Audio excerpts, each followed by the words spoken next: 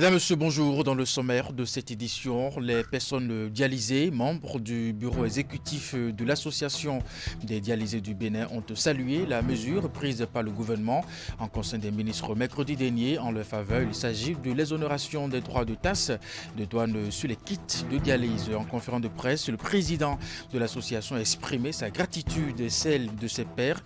Il a saisi l'occasion pour insister sur une doléance. Ensuite, le président de la Haute Autorité de l'Audiovisuel de la Communication a reçu en audience plusieurs délégations d'instances fêtières de l'univers médiatique béninois. Il s'agit de celle du Conseil national du patronat de la presse et de l'audiovisuel du Bénin, celle de l'Observatoire de la déontologie et de l'éthique dans les médias, celle de l'Union nationale des médias en ligne du Bénin, celle des professionnels des médias déficients visuels. Le point des audiences à suivre dans un instant. Et puis enfin, après les populations de Niki et de Djougou, c'est au tour de celle de Kouandé et de sa diaspora de sacrifier à la tradition en célébrant la Gani.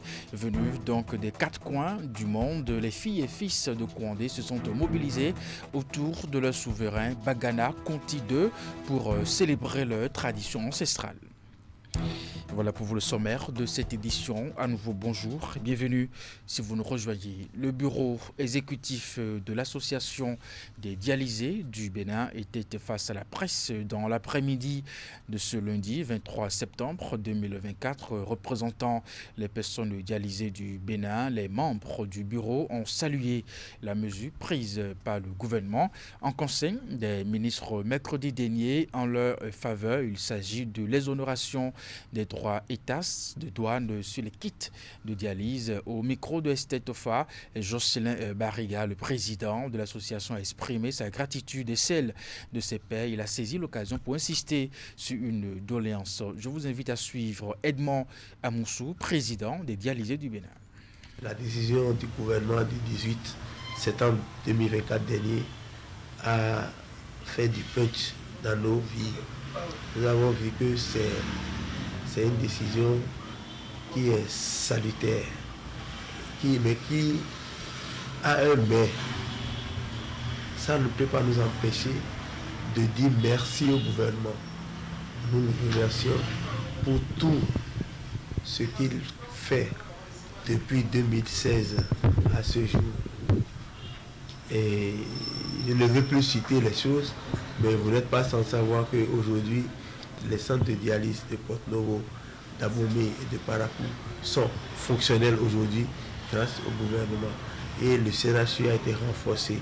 On a permis à beaucoup d'autres centres privés de commencer par nous prendre en matière de dialyse. Nous remercions le gouvernement.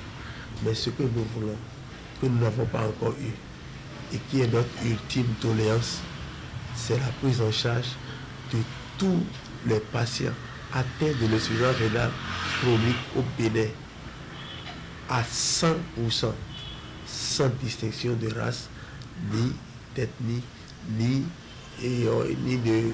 d'agents permanents de l'État, d'indigents, tout ça là.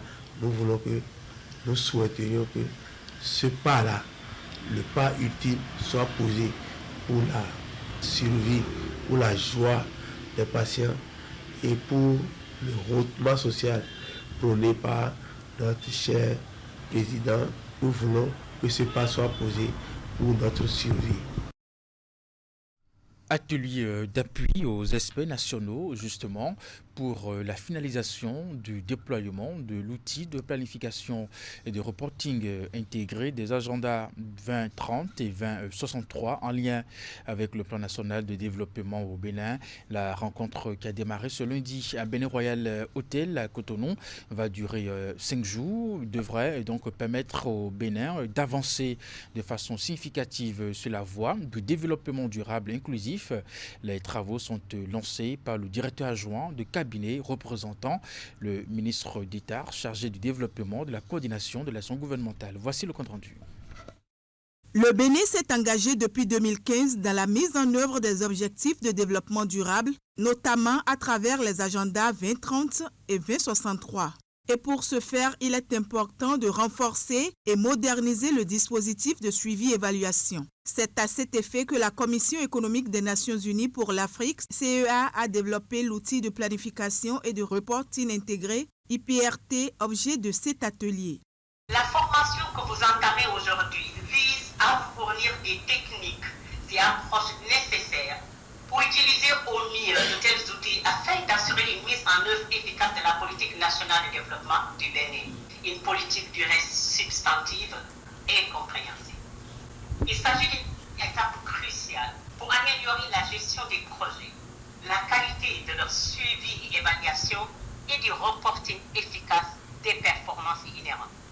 Cet atelier d'appui aux experts nationaux pour la finalisation du déploiement de l'outil IPRT des agendas 2030 et 2063 en lien avec le Plan national de développement PND s'inscrit dans la continuité du partenariat entamé en 2021. Elle témoigne également de la volonté du Bénin de maintenir le cap malgré les difficultés.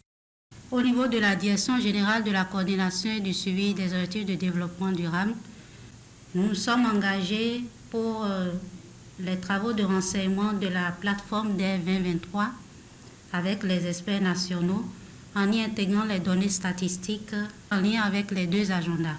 Mais très tôt, les experts nationaux se sont confrontés à des difficultés en lien avec l'inexistence du compte administrateur au niveau national. Soyez assurés que le système des Nations Unies est plus que jamais engagé aux côtés du Bénin. Nous continuerons à renforcer notre partenariat afin de créer un environnement propice à la mise en œuvre effective des ODD, de l'agenda 2063 et du programme d'action de droit dans le pays. L'outil IPRT s'avère donc essentiel pour tous les pays africains, dont le Bénin. Au cours de l'atelier, les participants bénéficieront des conseils des experts de la CEA, en l'occurrence la priorisation budgétaire par le cadre du financement intégré des ODD. À présent, il est temps que les cadres nationaux procèdent au déploiement total de cette plateforme en y entrant toutes les données disponibles sur le Bénin. Le présent atelier, qui va durer 5 jours, sera très pratique et nécessite une concentration de tous et d'une part, une bonne appropriation du processus de saisie des données sur l'IPRT, l'alignement, le suivi-évaluation des agendas et l'édition des rapports de progrès, puis d'autre part, la priorisation budgétaire par le cadre de financement intégré des ODD.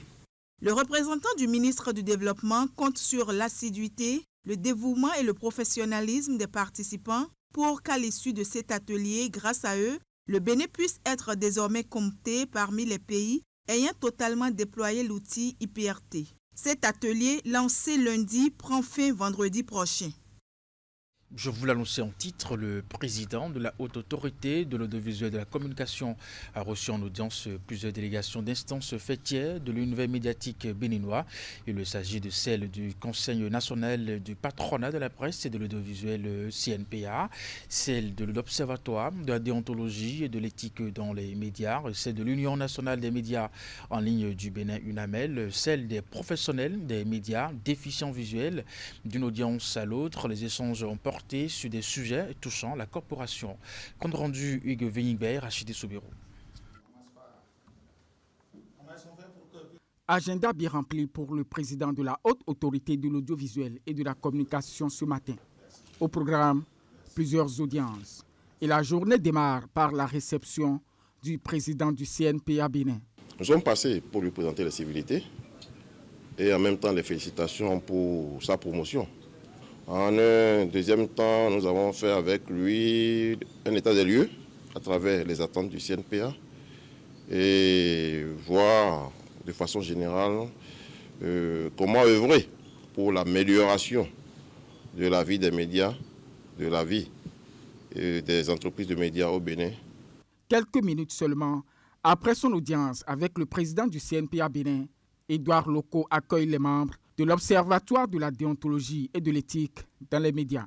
Au menu des échanges, plusieurs sujets relatifs au fonctionnement de l'Observatoire. Quel va être le partenariat ou la relation entre l'ODEM et la HAC à travers ce que nous pouvons appeler la co-régulation. Si hier, cette co-régulation était une croix barrière, aujourd'hui, nous venons d'entendre du président que nous allons fonctionner, nous allons faire activer cette co-régulation. Nous avons profité pour remettre au président nos rapports d'activité. Vous savez, l'ODEM établit un rapport d'activité par semestre. Nous lui avons également remis notre plan triennal, le plan qui définit les activités que nous aurons à mener au cours de notre mandat. S'en est suivi l'audience avec une délégation de l'Union nationale des médias en ligne du Bénin. Nous avons soumis nos préoccupations qui sont entre autres l'assainissement du secteur des médias en ligne. Vous n'êtes pas sans savoir que ces 56 médias en ligne qui sont autorisés, mais sur le terrain, il y en a plus qui exercent et qui font une concurrence déloyale à nous qui avons les licences légales. Nous avons besoin de la formation pour pouvoir asseoir des médias en ligne de qualité qui offrent des contenus de qualité. Cette demi-journée d'audience s'est achevée par la réception par le président de la ARC d'un groupe de journalistes handicapés visuels. Nos conditions de vie sont encore un peu précaires, je dirais. On a quelques difficultés. Et c'est pourquoi nous sommes venus voir le président de la HAC pour voir dans quelle mesure pallier à ces difficultés-là, afin que notre passion ne se transforme pas en une amertume ou en une déception. À travers cette série d'entrevues, Édouard Loko tient une promesse personnelle, celle d'accorder ses premières audiences à la Corporation des professionnels des médias. On parle éducation à présent, en ces débuts de rentrée. Le maire de la commune de Semepodi, Jonas Gbenamito, s'inquiète des conditions d'études, de travail des apprenants et des enseignants dans sa commune. C'est à travers une tournée qu'il a conduit dans plusieurs établissements primaires et secondaires. Qu'a-t-il constaté? Les détails dans ce reportage. Cette tournée du maire Jonas Gbenamito dans les écoles de sa commune vise à se rendre compte de l'effectivité de la rentrée et s'imprégner des conditions d'études et de travail. Sur la dizaine d'établissements primaires et secondaires visités, les difficultés ne manquent pas. Manque de mobilier, de professeurs qualifiés, absence de latrines et de clôtures, salles de classe délabrées par endroits sont entre autres les problèmes recensés. Dans l'arrondissement de Dielegbe, nous avons constaté que le CG de Béhomé est en chantier avec un module de 2 salles de classe pour couvrir dans une moindre mesure les besoins de classe qui s'élèvent à 10 salles. Nous avons entre autres constaté que comme à Toré, ce CG n'a pas de clôture. Dans l'arrondissement d'Aholiame, où nous avons visité l'EPP de Toriagonsa, cette école qui a des modules, mais qui manque également de mobilier et qui souffre des problèmes d'éclairage. Nous sommes ensuite descendus à Agblangana, où nous avons visité l'école de l'EPP de Agblangana. Nous avons constaté qu'il y a beaucoup d'insuffisances, qu'il y a beaucoup de travaux en instance, notamment les réfections, les portes, les toitures qui sont déjà défaillantes et il va falloir parer au plus pressé. Semepodi est une grande commune qui compte 15 CEG publics bien remplis et 106 écoles primaires publiques bien remplies, sans compter les écoles privées qui foisonnent un peu partout. Mais nous avons le devoir de faire notre travail pour ces écoles publiques, pour ces CEG publics. C'est pourquoi notre devoir, c'est de renforcer et de mettre à disposition des apprenants et des enseignants ce qu'il faut pour que cette rentrée soit une rentrée belle et à la fin, nous ayons des résultats à la hauteur de la commune et à la hauteur de la satisfaction des apprenants et des parents d'élèves. L'engagement de parer au plus pressé est pris au nom du conseil communal qui est attendu pour prendre les décisions qu'appellent les urgences de l'école à Semepodi. Et puis les écoliers et écolières de l'école primaire publique Djefa Centre dans la commune de Semopodi ont de quoi être heureux. En ce début de rentrée, ils ont bénéficié d'un important lot de kits scolaires. La remise s'est faite en présence du maire Jonas Benametor. Voici les images. Des kits scolaires gracieusement offerts aux apprenants de l'école primaire publique de Djefa Centre. C'est un don de l'entreprise Vinci Énergie dans le cadre de la mise en œuvre du volet social du projet d'accès durable et sécurisé à l'énergie électrique. Pour le compte de ce complexe scolaire, Vinci Énergie, en collaboration avec le ministère de l'Énergie, de l'Eau et des Mines, offre 400 kits scolaires aux écoliers et écolières de cette école. C'est un plaisir pour nous de nous retrouver en communauté, de nous retrouver dans les écoles, voir les enfants rayonner, et cela nous incite à faire davantage pour témoigner l'engagement de Vinci Énergie sur les questions éducatives aux côtés du ministère de l'Énergie, de l'Eau et des Mines et du gouvernement béninois. Du côté des bénéficiaires, les mots étaient au remerciement. Nous vous remercions sincèrement pour avoir pensé à nous. Que Dieu vous bénisse et vous le rende au centuple. Chers élèves, remerciez infiniment le donateur. Remerciez le ministre de l'Énergie et de l'Eau. Remerciez notre grand donateur, le président Patrice Talon, car c'est lui qui, de par ses œuvres, a permis la mobilisation des ressources qui sous-tendent en réalité le projet et qui fait qu'aujourd'hui, nous sommes ici pour la distribution des kits. Cette année, c'est un total de 10 000 kits qui ont été distribués aux apprenants des zones impactées par le projet. En prélude à la journée internationale pour le droit à l'avortement sécurisé, un consortium d'organisations de la société civile a dévoilé ce lundi à la presse la campagne d'Orami. Cette initiative se veut un tremplin pour un dialogue inclusif sur les droits à la santé sexuelle et reproductive ainsi que pour l'élimination des avortements clandestins. Suivez le compte rendu de la conférence de presse avec Malène Azinangbe et Moufi de Sagouran. Dorhami, c'est le nom de la campagne que s'apprête à lancer un consortium d'organisations de la société civile, dont le réseau des journalistes sur les droits en santé sexuelle et reproductive au Bénin. L'objectif est d'instaurer un dialogue inclusif et constructif autour de la loi numéro 2021-12 du 20 décembre 2021, modifiant et complétant la loi numéro 2003-04 du 3 mars 2003 relative à la santé sexuelle et reproductive afin de mettre un terme aux décès maternels et aux traumatismes causés par les avortements clandestins. Il y a une lueur d'espoir, puisque en 3 ans, nous ne pouvons pas parler d'impact durable, mais on note déjà, comme la déclaration l'a signifié, une réduction drastique au niveau de toutes nos formations sanitaires, qu'elles soient privées ou publiques, des cas de complications liées aux avortements clandestins. Ça veut dire quelque part que la mayonnaise est en train de prendre par rapport aux autres années, aux années antérieures à 2021, où on recevait beaucoup de cas de complications liées aux avortements clandestins. C'est le moment pour nous de saluer une fois encore la volonté politique affichée des dirigeants de notre pays, notamment le chef de l'État, qui a pris le décret 2023-151 du 19 avril 2023 relatif à la pratique de l'interruption volontaire de la grossesse.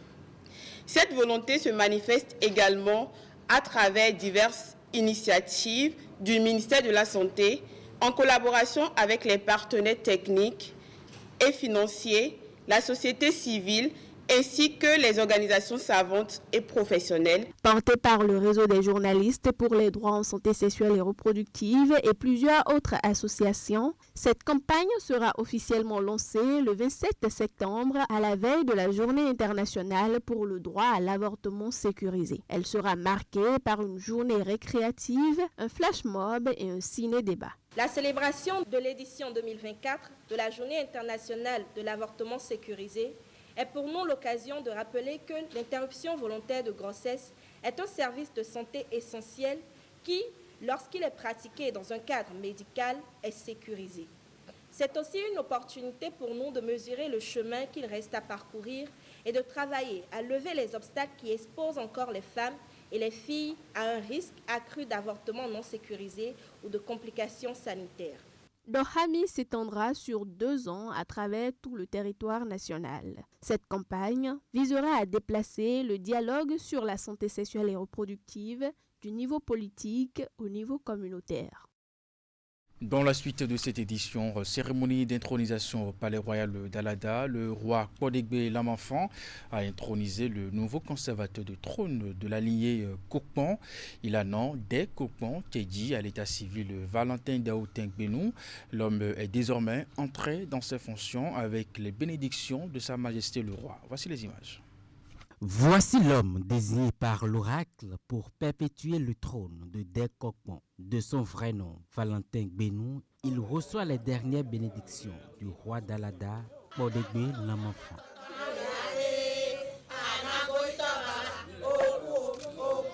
Quelques minutes plus tard, le voici sorti entouré de ses femmes en liesse.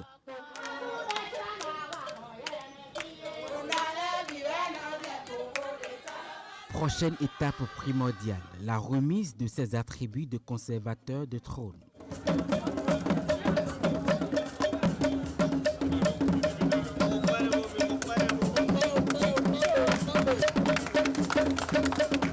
Désormais baptisé Dé Kokpan Tedji, il est appelé à davantage unir les descendants de la lignée Kokpan. Comme l'a dit le roi Kodegbe, mon rôle, c'est que je suis le conservateur du trône de Kokpan. Pour la toute petite histoire, Kokpan est le fils de Adjaoutor. Adjaoutor a fondé le royaume d'Alada et Kokpan est le premier roi. Donc son fils, Théagbanli, a fondé le royaume de Porte-Novo. Donc en partant à Porte-Novo, il est parti avec son papa qui est Kokpan. Donc ça fait qu'aujourd'hui, toute la dynastie Kokpan qui est au niveau de l'Ouémé Plateau, ils ont un régent qui est le régent Kokpan. Voilà. Donc ils gèrent tout ce qu'il y a comme collectivité au niveau des Kokpan de l'Ouémé et du Plateau. Dé Kokpan Tedji est par la même occasion nommé ministre à la cour royale d'Alada. Il est ainsi appelé à servir aux côtés de Sa Majesté Kodegbe Toyin Djigla. Ministre de l'Agriculture, celui qu'on vient de prendre n'est que le conservateur de ce trône de Dé Kokpan, qui est le papa de 3 rois du Bas-Bénin. C'est une cérémonie d'intronisation assez structurée dont l'organisation a reçu l'assentiment des fils et filles de la lignée. C'est d'abord le défi de l'unité, puisque chaque fois il faut chercher l'unité. Je remercie tout le monde et en première position le roi d'Alada qui a su organiser avec dextérité et avec affinement cette cérémonie d'intronisation. Vous voyez, la joie se lit sur tous les visages. Tout le monde est heureux. Je crois que c'est à son actif. Un autre rituel très signifiant dans le processus d'intronisation, la marche du nouveau conservateur du trône. Le tour du palais royal marque la fin de la cérémonie. Après les populations de Niki et de Djougou, c'est au tour de celle de Kondé et de sa diaspora de sacrifier la tradition en célébrant la Gani, venue donc des 4 coins du monde. Les filles et fils de Kondé se sont mobilisés autour de leur souverain Bagana Kontou II pour célébrer leur tradition ancestrale au-delà du parcours rituel du roi qui a marqué cette fête identitaire. Des bâtonnons, plusieurs autres événements empreints de sonalité ont meublé ce rendez-vous annuel à la Sanavona. Des chevaux majestueusement montés par des princes bâtonnous en pleine démonstration de danse.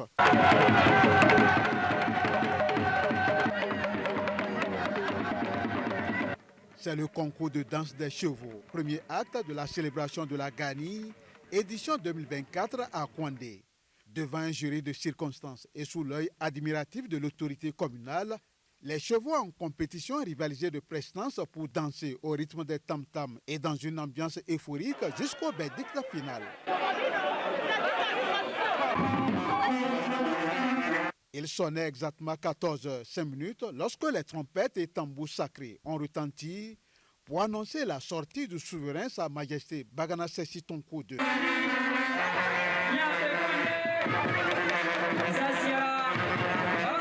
Perché sur sa monture blanche et accompagné par une vague déferlante de cavaliers royaux, il entame ainsi son traditionnel parcours rituel sur les différents sites constituant les piliers de la riche tradition en terre des Bagana. De la place sacrée Bouro, où il a prié pour toute la nation, le roi et son peuple vont sillonner les différents sites avant de chuter à l'hôtel de ville, symbole de l'administration centrale où l'attendaient les autorités politico-administratives.